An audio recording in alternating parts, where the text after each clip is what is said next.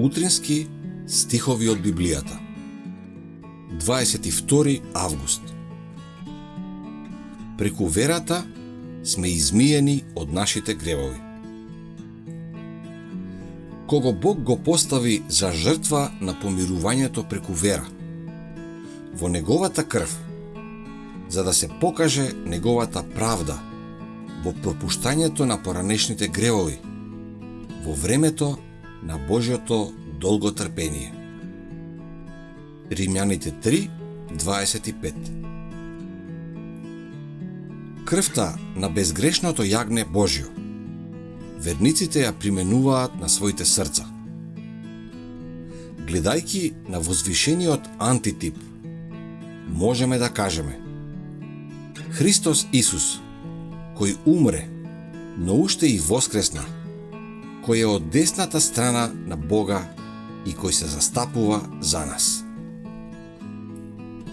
Пороси ме со Исоп и ќе бидам чист, изми ме и ќе бидам побел од снег.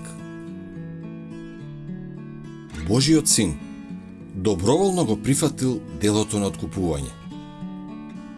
Тој не бил под никаков јарем на обврски, бидејќи бил потполно независен и над секој закон.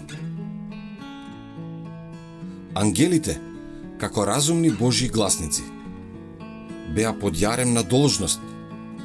Ниту една нивна лична жртва не можеше да ја искупи вината на паднатиот човек.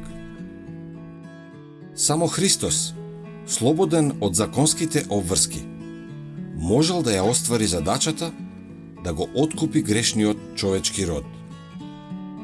Тој имал сила и власт својот живот да го положи и повторно да го земе. Крвта на Христос е ефикасна, но треба да се применува постојано. Бог не само што сака неговите слуги да ги употребуваат средствата што тој им ги доверил за своја слава, туку сака и тие самите да се посветат себе си на неговото дело. Спасителот се наведнува над оние што ги откупил со својата крв, прашувајќи ги со неискажлива нежност и сожалување: сакаш ли да бидеш здрав? Тој ве повикува да станете во здравје и мир. Тој ќе го ослободи робот што го држат слабостите, несреќите и синџирите на гревот. Мораме да ја практикуваме таа жива вера, што ќе пробие низ облаците, кои како дебел зид не делат од небесната светлина.